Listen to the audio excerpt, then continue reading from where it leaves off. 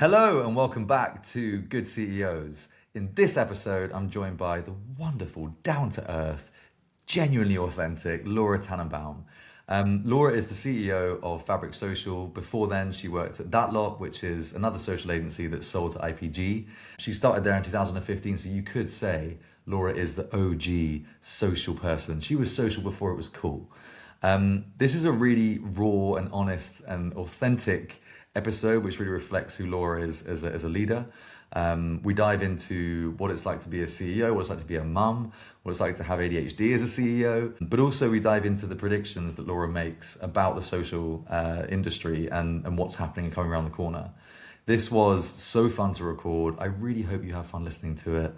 Let's get into it. Welcome to Good CEOs. I'm so excited to have you here. So many different reasons, but the main thing is in 2015, I think I've got this right, you started an agency called That Lot. I was just kind of reminiscing about 2015.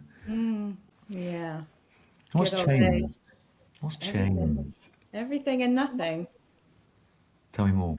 Those were the glory days, like the early days of social, when Mm, actually it was a different playbook and it wasn't a super saturated market for social agencies. And so just even being in that space was quite innovative and you could just make it up as you went along. We were all doing that because there weren't that social wasn't very well known at that mm, point. And actually the algorithm was pretty simple, chronological. It was very much still a Facebook and Twitter era. yeah. And so to win in social wasn't super hard, but actually was a slightly different skill to the skill that you need now. Mhm. We had comedians and we had people who were like reactive satire copywriters that could just be really funny and add personality to brands who hadn't historically spoken like humans. Do you feel like less pressure? Like, if I think back to then, you would have had most of the budgets would be with ATL. Yeah. Social would be a thing that's added onto the end of a deck, and you kind of appear as like maybe we'll attribute 5% of this budget to your crazy, weird ideas. Did it feel like less pressure than now? Oh, completely, because people had no idea what the metrics even meant. Yeah. Like it was really experimental, and only some brands were really even championing it and investing in it. And most of our first clients were sort of entertainment brands. This was when second screening started, or live tweeting was really a thing. So we had a lot of, the BBC, The Apprentice, and Britain's Got Talent. Was there a moment where it went, oh, this is now serious? Like, is it the budget allocation, or you arrive at a meeting? Because obviously the story of That Lot is you end up selling to IPG. Clearly, there would have been a time in the commercial agency landscape where agencies are going, okay, this is really here to stay. It's not going away, and actually, we can see it's a growth part of the market. When did that start to feel real in the land of social? I guess it started getting real when clients got a lot wiser to it and actually were expecting results from social and started like interrogating the ROI, like what's this delivering for me?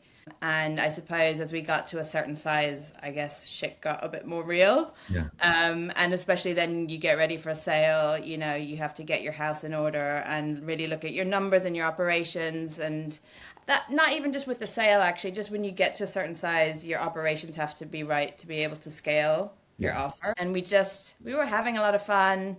None of us had really done it before. There was kind of not that much pressure on us. We were all working it out together. Well, obviously, with an acquisition, what comes with that is, yes, the thing you've mentioned, scale. And suddenly it does go from being a lifestyle kind of fun thing, punky, stick it to Yeah. the man kind of agency. How do you make sure you can get big without getting shit and losing the culture? Well, I mean, take the acquisition completely out of it because that's a problem whether you are owned by someone else or you're independent. As you grow, I guess you reach different milestones and different challenges, and not being shit is harder when you're big. But I don't know, I think keeping creativity is your like core focus, keeping the culture tangible and hiring the right kinds of people that keep the culture going. And yeah, I think your operations are really important. to help you scale properly without losing the magic, and the right environment to let creativity flourish.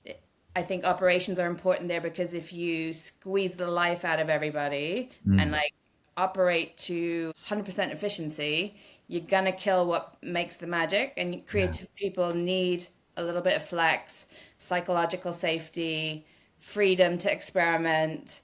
Like all of those things need to be intact for you to keep the magic going and not become shit, I think. Yeah. What's the inverse? And because I think so many people are going to look to someone like you who has managed to build these things, this thing you've captured this almost impossible to bottle culture that makes incredibly creative work that the world's engaging with.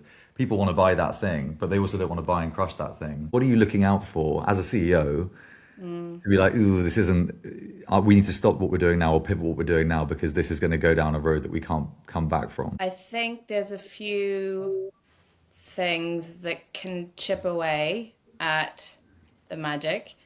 Yeah. One is, we work with clients, and so you need people to be excited about the work. And if you just prioritize the commercial picture and you take on any old client, you might not get the team super excited about the work. You might not be able to do your best work because you haven't selected the right client to be able to do your best work.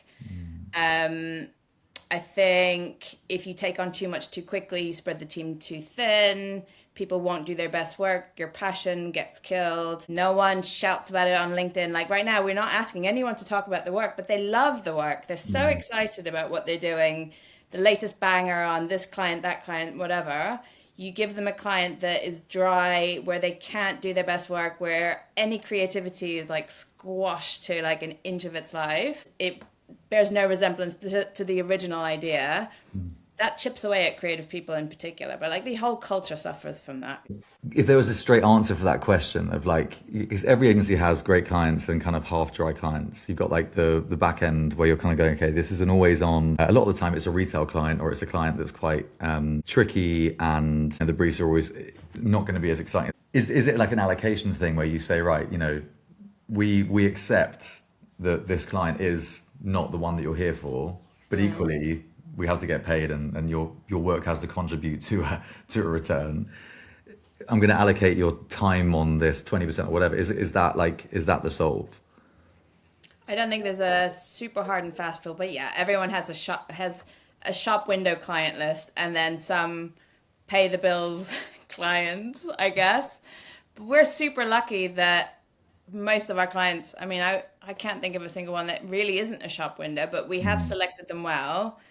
There is there's like an alignment and a shared ambition that we have with our clients. And I think clients who are truly on the journey, who want to transform into being social brands. And as long as you have a lot of that commonality, I think even a tricky client can be a great client because they're wanting to push the boundaries. But if someone, if your client has pretty low standards, but the agency has really high standards, and you're constantly pushing against a client that doesn't know what good looks like or isn't set up right, that can become quite frustrating.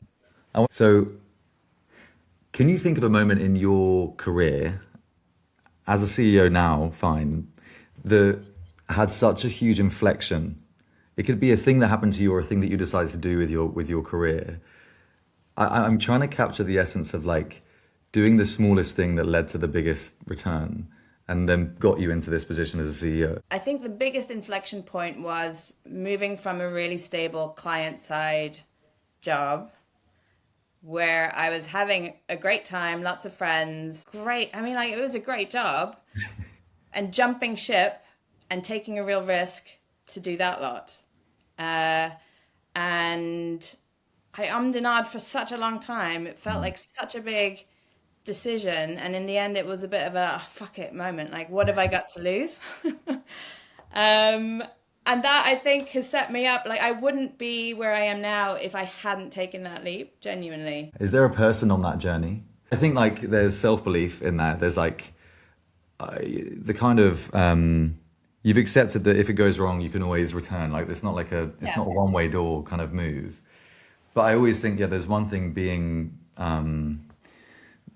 like personally driven to do that thing, but then there's also someone along that nudges you and kind of goes, you can do this, or we believe in you. Yeah, yeah, but I think the three Davids that I ended up joining, um, I don't know, you get a feeling about people, and they believed that I'd be a great addition to the team. And that belief, I guess, gave me the assurance I needed that I was going to be working with people that I really like and respect and get along with. More than anything, that was the main factor. Not really the entrepreneurial element of it, but just I like working with them. I believe in what we can all achieve together.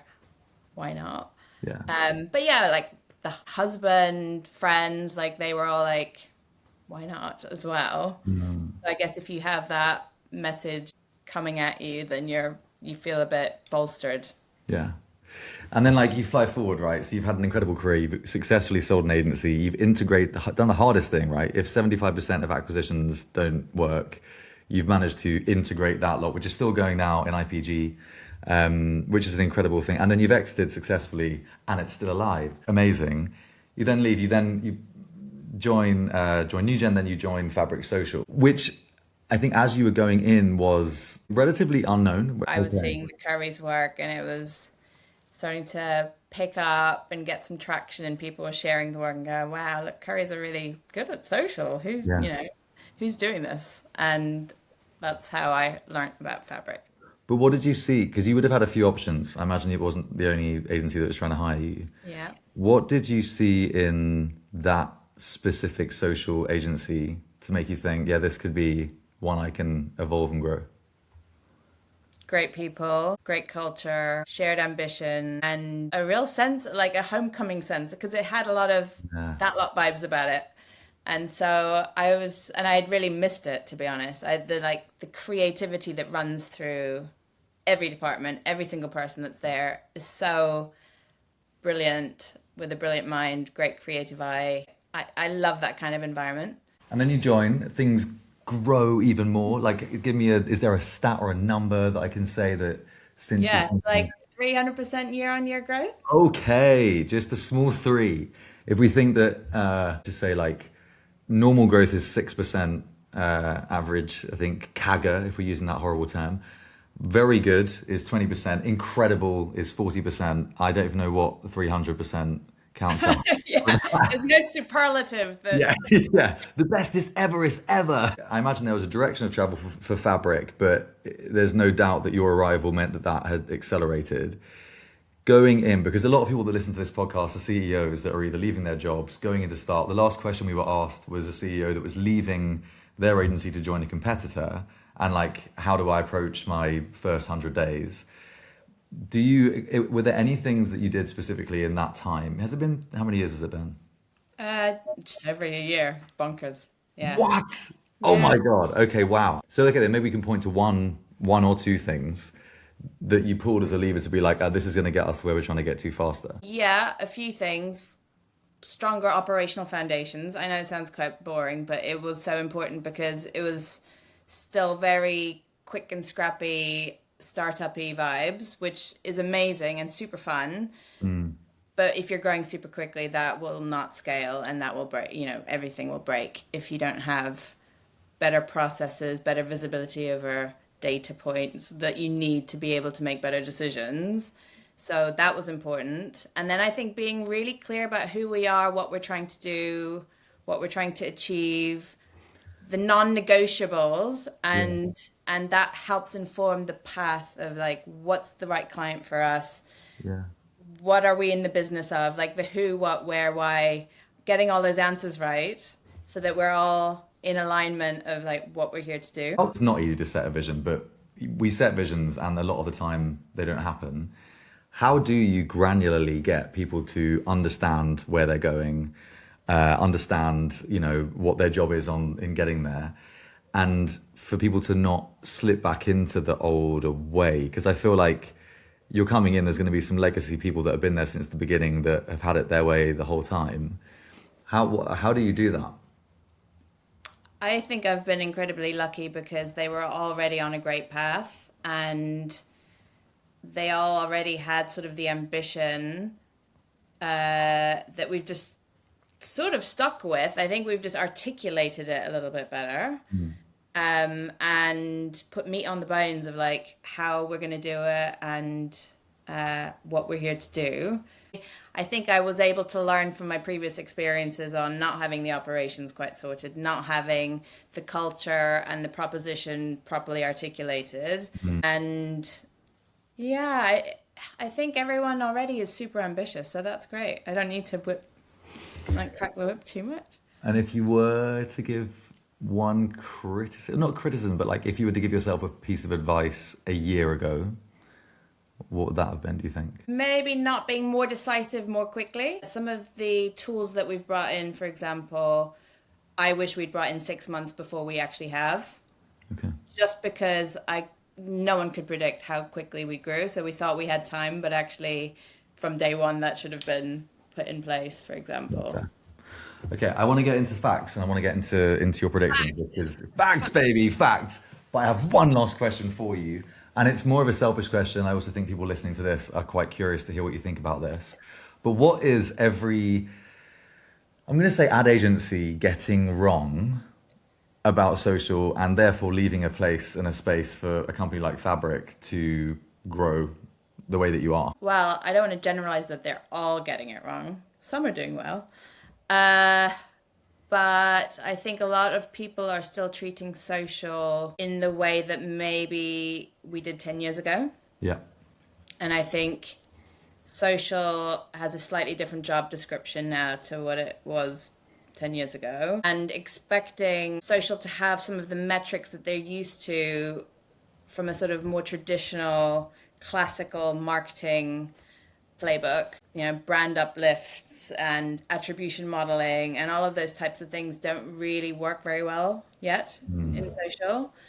And so judging social performance and ROI through rules that don't really apply anymore. Yeah. There is a tool called Caliber, which is the world's first social first news org with an agency at its commercial core. I didn't know that part. Okay, so apparently this is like a rigorous Gen Z social first journalism thing. What did you make of this? And what did you get when you read this thing, Caliber? Well, I didn't read it as being a tool. I read it as just being basically like a news outlet for a younger audience, like a younger generation. So Gen Z and Gen Alpha, I suppose, but also I think they describe themselves as like a horizontal news network. Okay. So it's a bit more peer to peer.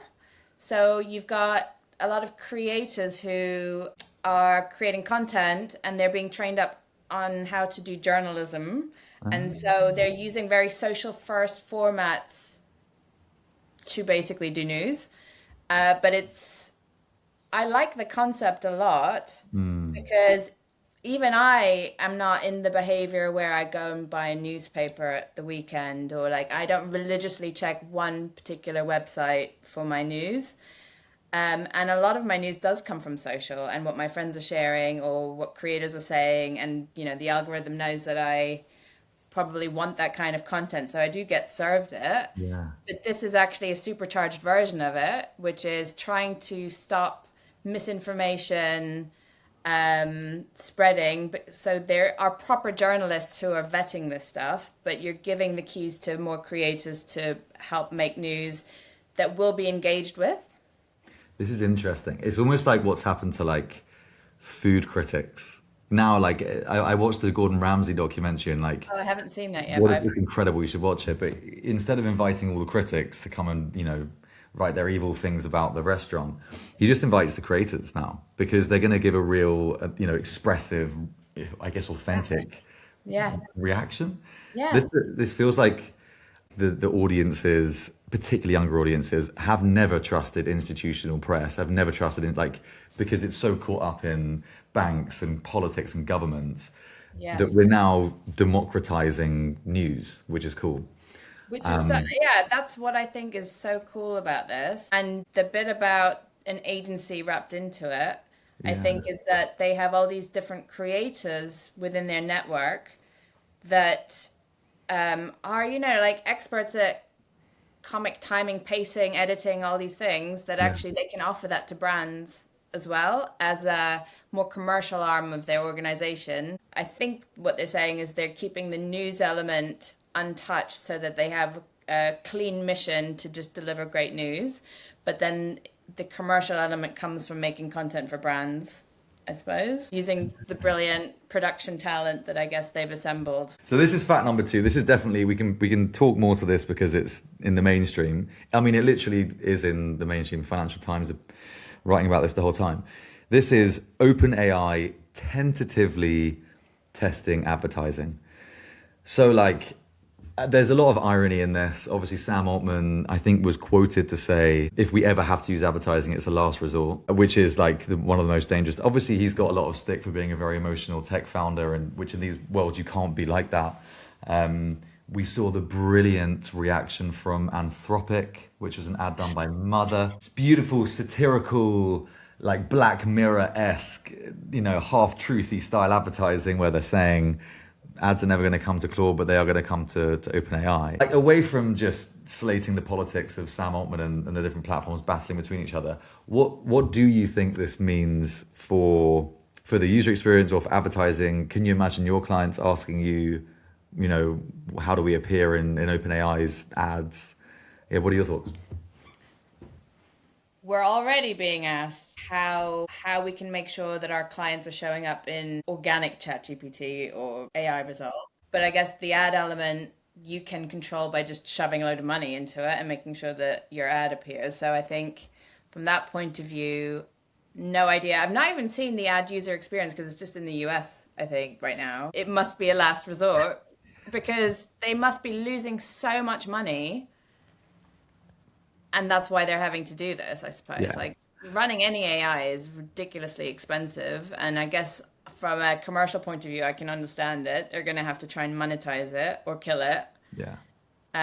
So I get that. And then I'm not really feeling all the fuss around this because it's not going to inform the answers. It's alongside the answers in the way that PPC kind of worked, I think. So you would basically just see, I'm searching where should I go on holiday, and then I might see a travel supermarket or Yeah. whatever come up that's contextually relevant to what I've searched for. So I don't think it'll be too intrusive. You're bang on with like the thing to be aware of here is that it's not informing the answers, and that was the really clever thing. The half truth from Anthropic, it was this: imagine like the person that you've been confiding in about your mom, and then suddenly it's selling you like Valentine's or like Mother's. Yeah. Like that was super smart, and I think you're bang on. This is no different, and it is expensive to run these platforms, and I don't think we're seeing the end of advertising being a monetary platform, a revenue generator. I also don't think we're going to see the end of that not affecting the answers, because it could get to a point where brands go, look, if I give you an extra X, would you mind just like prioritizing, the advice, so you're selling more Kellogg's as a healthy snack?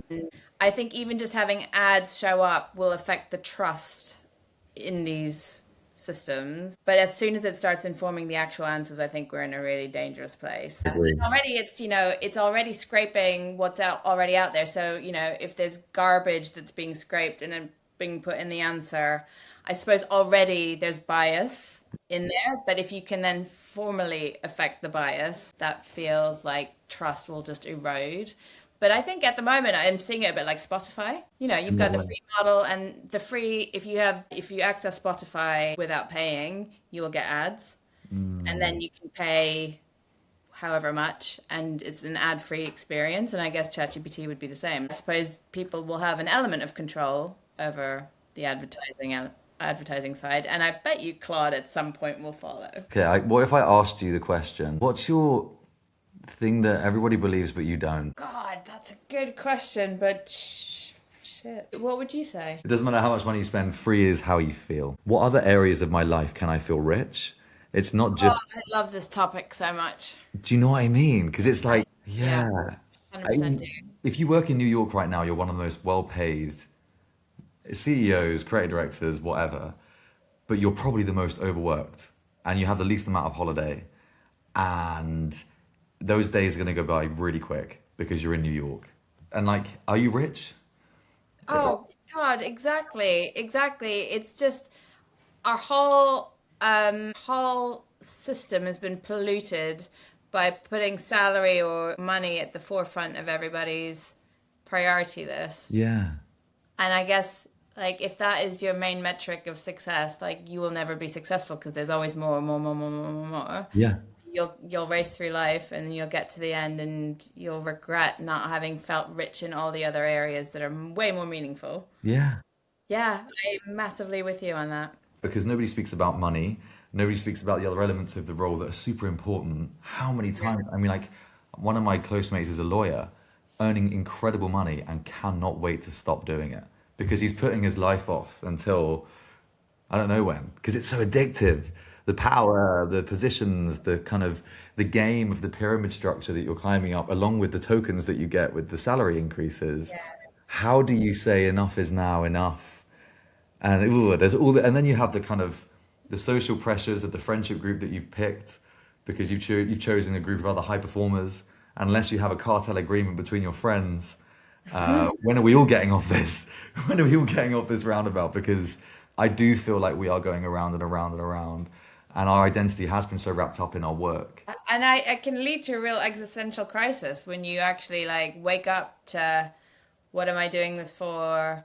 Is it worth it? And I think there's a lot of leaders who are in it for the wrong reasons, Yeah, who are in it for the status because of the ego, because it's the reward system of the like the salary or the status, I suppose. And I think not enough leaders who are in it to serve others and to want to make it a really great place to work and to think about the culture and the success of everyone in it, not just the person at the top actually. And the one thing when you were saying what's the one thing that people believe but you know is not true or however you phrased it, that like being a CEO is the best place to be within a business, that's like the best gig to have, that you've yeah. like made it to the top and it must be great up there. Fucking hell. No. I Not think. always, not always. There's good things, but it's yeah, it's groups like yours that actually make it a bit of a less lonely place. Oh, that's really Yeah. sweet. Do you know what's funny? When we put that together, that was I've made shit communities, shit podcasts, good, versions of those things. And like every time they fail, if you haven't got a really true and real purpose. But we don't really go into these communities thinking that. We go into building a community like, oh, we want to be known for the people that. And, you have all these kind of commercial ROI things out of a community. But so many brands, when they go into building a community, go in with all of the wrong reasons Yep. versus like I don't know what the Curry's community is or what they're if you set out to just make people have a laugh, one clear intention kind of makes it survive and it makes it kind of have a reason to exist. I focused on when I came into the role is like, what is our purpose? Why do we exist? Like all those fundamental questions, making sure there's alignment and we're all understanding what we're here to do. Super important. Like the purpose and like ideally a clean purpose that is not all about like commercial success, but also fun and entertainment and making it a lovely place to be and developing people on the journey and like that is so vital as well to the success. And you can see when, like you're saying, like brands get killed and agencies get killed if it's not coming from the right place. I was reading that Cindy Rose WPP thing. I was going to use that as the react, but I was like, this is too, you know. But that like the first thing she said is WPP doesn't have a culture. I think when you're at your like lowest, that is the best time to build a culture because you've not got this house of cards that you're kind of going like it's growing 300% year on year and like it's quite fragile to suddenly go like this is who we are. It's a lot easier to do it when you're right at the bottom to be like, right, we know who we're not now. We kind of know who we want to become. Do you see what I mean? Like I feel like go on, sorry. Don't you think that's a really hard job? Like, how do Yeah. you put a culture into a place that has no culture? Yeah, how do you like artificially inseminate culture into a huge beast? Because I think culture is the thing that exists Before. when you're not there. Like if I'm not in the room or there's no leadership or whatever, and people still behave in a way and still have loyalty, and it's not forced. It exists because it's been fed and like nourished. I don't know how I would start from ground zero in developing a great culture. That's such a hard job. Yeah, when you say ground zero, I know from ground zero with no one, and like, well, sorry, with like a very small group, that is the easiest way to start a fire, right? You figure out Oh, who. yeah, yeah, yeah. But with thousands of employees, how do you suddenly make them behave? Or, This is a commercial vehicle and you get paid really well here, That's, but you have to pay over the odds if you don't have a good culture. yeah, that's Because so that becomes true. your one motivating factor because there's no other thing keeping you in that job, I guess. Yeah. But I suppose they could look at, yeah, I guess surveying the entire workforce and going like, what do you like about this? And from that, you can extract some things that are true about the place that you can build into a story and then go, we are X, Y, and Z, and that's becoming the culture. And I guess you can fuel it from Yeah. what's true. It's like when you do your values, and it's never supposed to be something that's aspirational that you would like to be true. Values need to be true from day dot, and they stay Yeah. true. They're like your DNA. Doing like, I always say this, but we had five values. I went on a podcast, I forgot two of them. It was really embarrassing. Classic.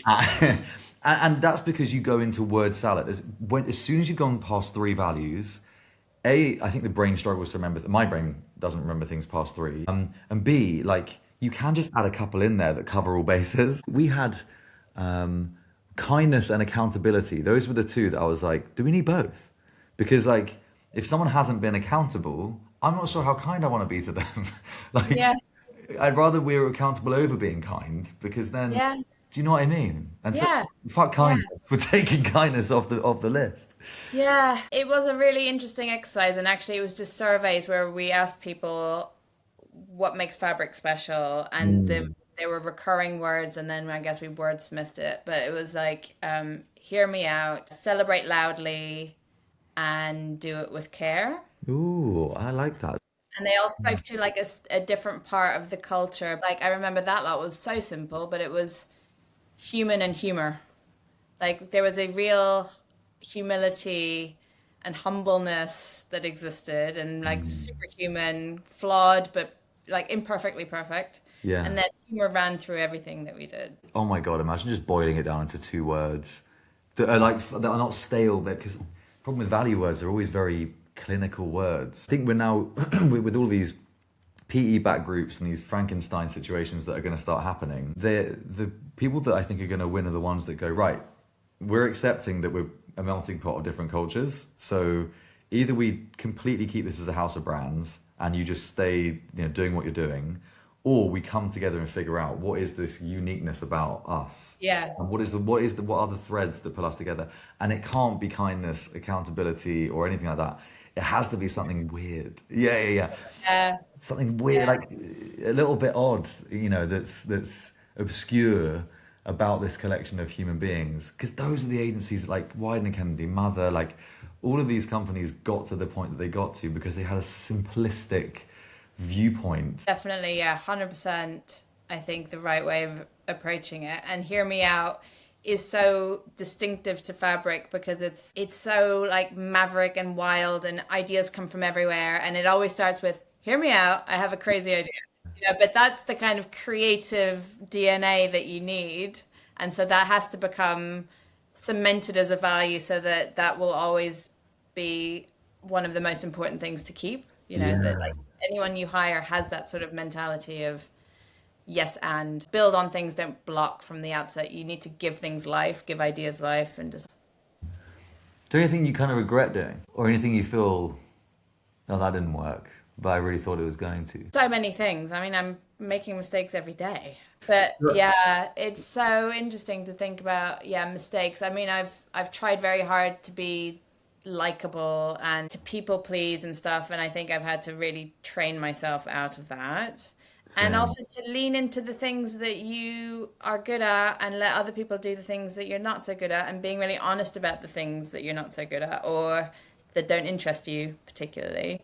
So focus on the things that you're really good at. You've got a good dynamic there. I think I do too. Lauren, our MD, is really methodical, a great executor, great operator. She gets stuff done. And I'm much more, oh, what if we did this? Or like strategy and creative and connecting dots and coming up with new ways of doing things. And I love that. Like new models of working, new offerings, like all of that is exciting to me. Can I ask you though, because I'm very similar to that, and I get guilt.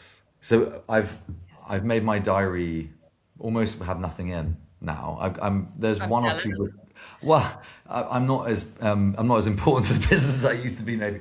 No, but I kind of purposefully don't want myself in client meetings as much as I used to be, because I talk over people, and it's important that everyone gets their chance to grow and evolve.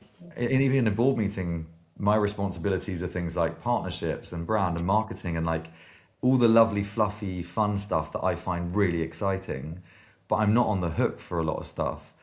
And every now and then I find myself, and this is a very privileged place to be, but I'll be like, what do I do with my afternoon? I'm used to busying myself with things that I probably shouldn't be doing, which are probably somebody else's job that they would really enjoy doing.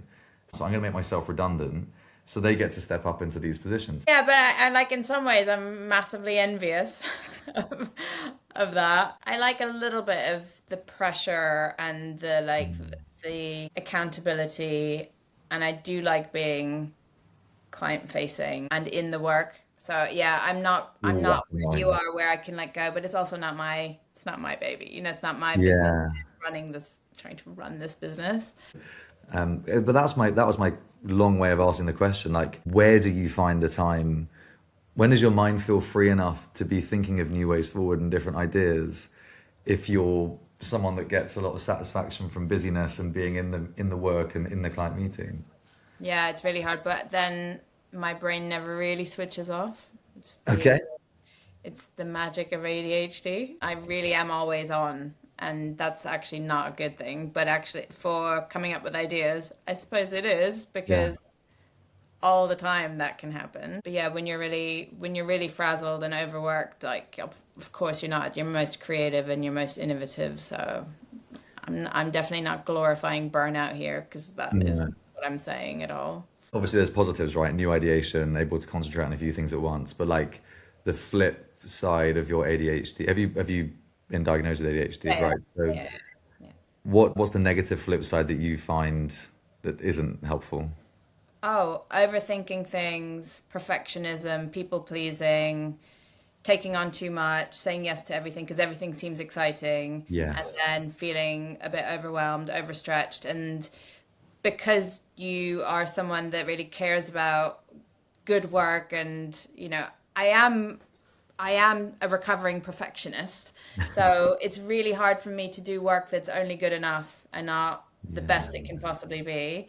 And so when I am overstretched and I'm making work that I don't feel is my standard, I get very frustrated and down on myself. And so like negative self-talk, um, like all of those things, and like ruminating, I guess, insomnia, Oh, those are all really? Insomnia those is are another all thing. those are yeah, oh, I'm a terrible sleeper. Bro, that's so unfair for someone that's mind is that busy and I know. you're so productive. That's really unfair to not even get your sleep. Are you a parent? Yes, two kids. I I do mean, a lot and very little sleep, and I don't think it's healthy. But I've also somehow managed to, yeah, lower my threshold, I suppose, and like get by. it is hard, like not to glorify. There's no two ways about this. Like you don't sleep enough, and you have a lot of responsibility. Like one of the most desirable human beings to have as their CEO right now. And like we know this. Obviously, I run a recruitment company where people are asking for the best CEOs, and we there are many briefs that start with it's like Laura Tannenbaum, and like That I do not believe, but thank I promise you, I wouldn't say this on a hot mic. I say this on a cold mic. It's hard because there are women that are, and I say women on purpose because I think you have a biological change in your body. So I find it a really tricky subject because part of me is going, you can do anything, and the other part of me is going, at what cost? yeah. And I don't know which. if I had a young girl, or sorry, a young girl that was stepping into becoming a CEO, Yeah. like 3 months before you had your first child, is there anything that you would go back and say to that highly motivated, driven woman? Yeah, lower your standards. Like it's so hard when you are and I mean this in the most humble kind of way, but when you are, I guess, a high achiever and a high functioning person that gets a lot done, that's very productive, that's identity is wrapped around achievement and growth and like constantly improving themselves and doing better and striving constantly. You apply that to motherhood as well and your work, and you cannot do both to the very best of your ability because you have to distribute your energy across both things, and that means nothing can be peak Perfect. performance. And that was really hard for me because I was still trying to be the perfect mum and then the perfect MD CEO. That was a real like culture shock, I think, for me to accept that I will not always do things perfectly. But then you have to learn to prioritize boundary and I guess accept the new reality. So, like, advice to a return to work mother, that's coming in from being a high, and knowing that they had comparatively all the time in the world to do their job and be as good as they were. Is there a percentage difference? Does that change as things go on? I would say go easy on yourself and be kind to yourself and like work on your self-compassion because you cannot be perfect in all walks of life. But in terms of percentages, the thing that really had to give was the margin for myself, the margin of time for myself to just sit and watch TV or just, have a lazy Sunday. Like all of that goes out the door. So if you do pie chart, like 60%, 70% is maybe work, and then 30%, 20% maybe is your family, and then bit of exercise, cooking, artistic pursuits have gone out the window. I mean, I used to do so much arty, musicy stuff that is still there somewhere wanting to be let out, but it's just hard when you have so little time. If I wasn't already really impressed, I'm so impressed with you now because I don't know how I don't know how you do all that. That is mad. The difference between being nice and being kind. That really Yes. sticks with me for that period of time where it's like you have pretty much got to where you got to by trying to be everyone's friend, and it's proven to have worked. But now you're moving away from being everyone's friend and being their manager or whatever. It's time that actually it's nicer to be kind. And kindness sometimes isn't very nice. And you have to say the thing to the person and say that they've upset you or that they're not working hard enough or they're not right for this business. All of those things I would just recoil at the idea of doing. And I think that was a bit of a journey of like taking oneself back. Taking the power back. But it's also kindness to yourself to not overexert, I guess, and to know what is important to you and what isn't, I suppose. Yeah, But I I do, agree. oh God, it's just, yeah, it's very hard to do, but great when you can. Your predictions. Now, we've not asked you about the prediction of AI. We've not asked you about the prediction of football or something. We've asked you the future prediction of the creative industry, particularly in the world of social. Yes. So, Laura Tannenbaum, what was your first prediction? My first prediction is that organic is back. Whoa! Wow! But that doesn't feel like a prediction because I'm talking about the here and now. So No, but it's, that is a prediction because you're saying it's back and it's here to stay. but I think right now, organic is an incredible lever to pull, and maybe some aren't really seeing it that way because, yes, reach has dropped over time. So it's quite hard if you're thinking through the lens of old social that, like, you will have built up all these followers and then you post, but those followers aren't seeing your posts. To a degree, that's true.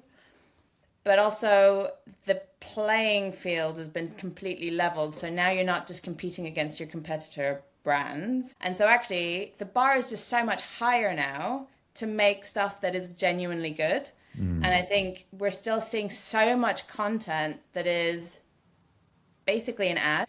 And that's not really how organic works now. So, A, your content needs to be really amazing. It needs to engage.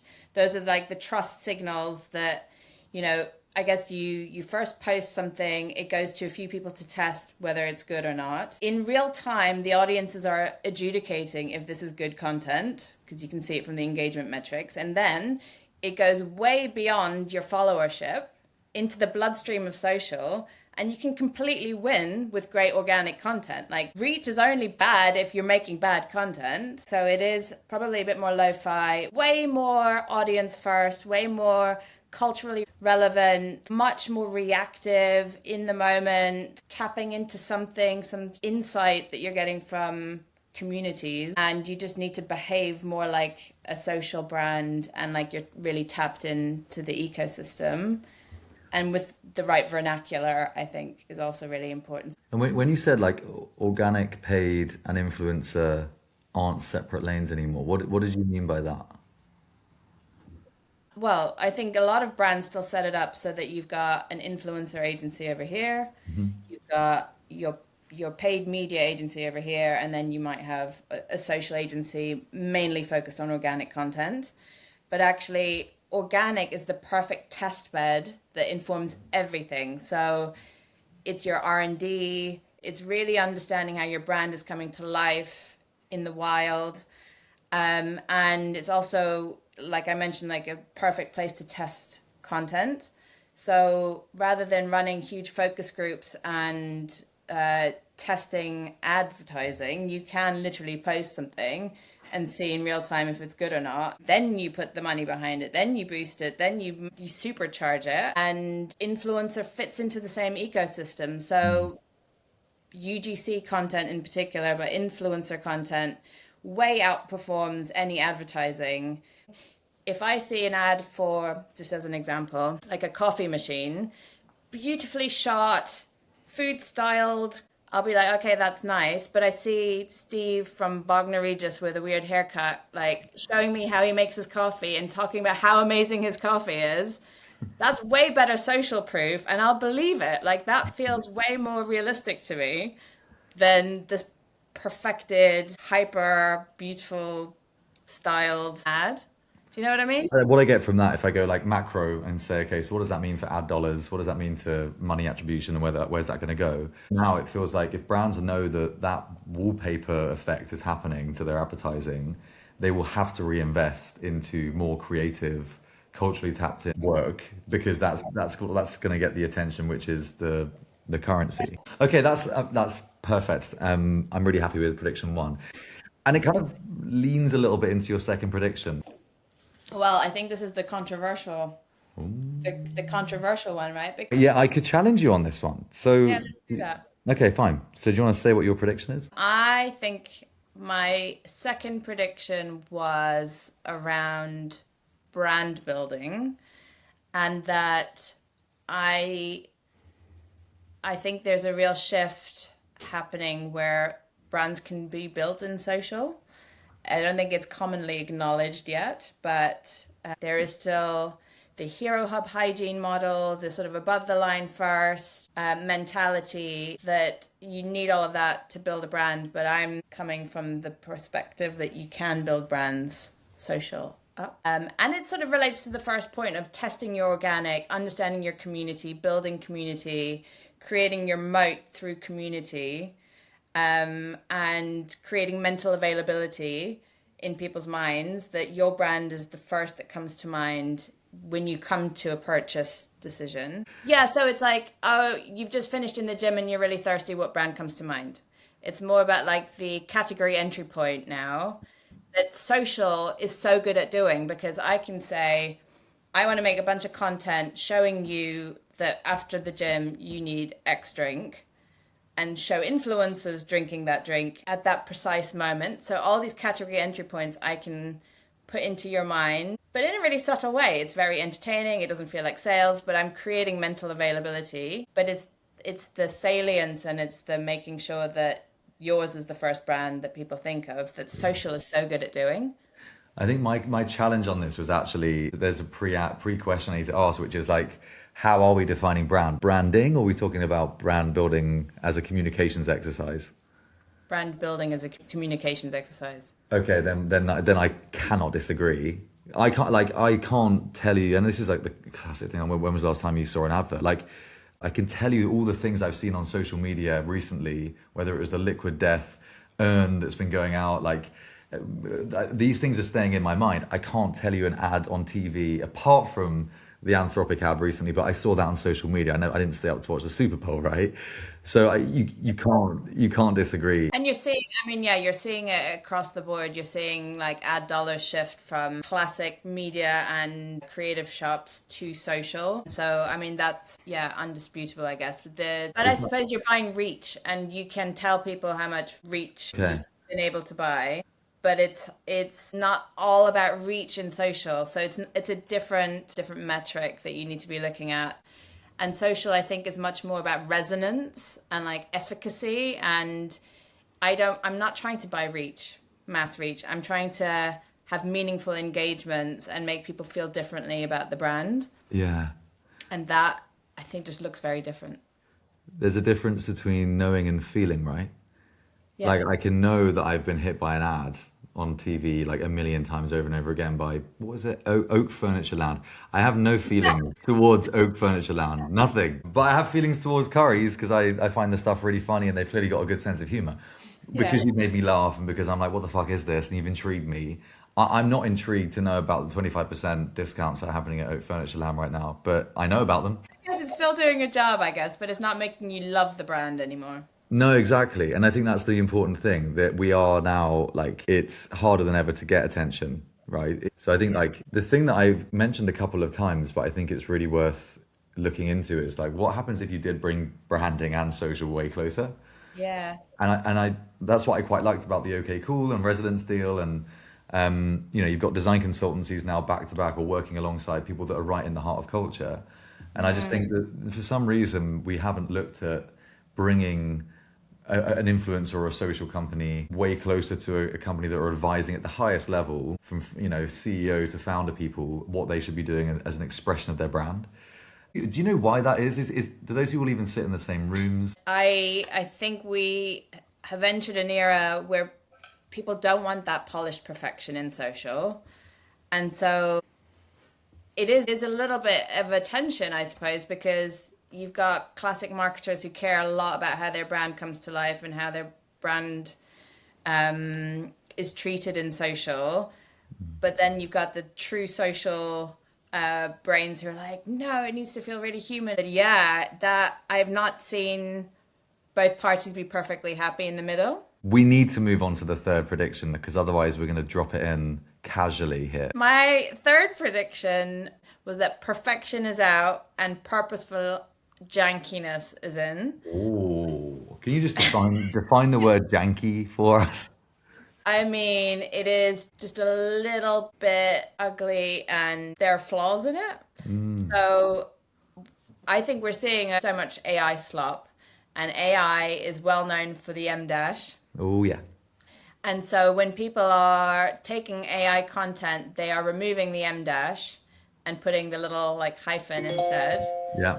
just so it signals that AI didn't write this for me. And then I think similarly, you've got cynicism around like overly polished AI work, AI influencers, just anything that looks like it's too perfect. Yeah.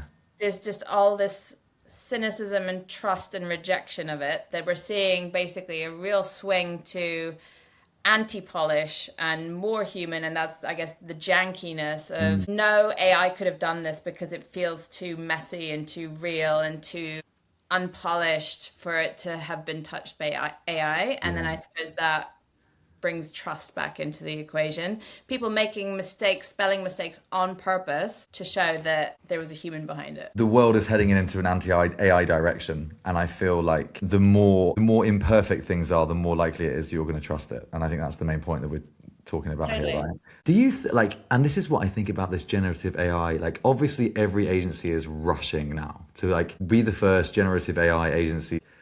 And I understand absolutely the power in it and the effectiveness and everything else that we're going to get out of it. But like, is it going to be so ignored. I would challenge you on effectiveness. AI influencers, which people are trying to make that a thing, I know. but they're getting no traction. But like, you don't feel a set parasocial bond with an AI influencer. You will get that from a real human being that is imperfect, Yeah. that you can relate to on a human level.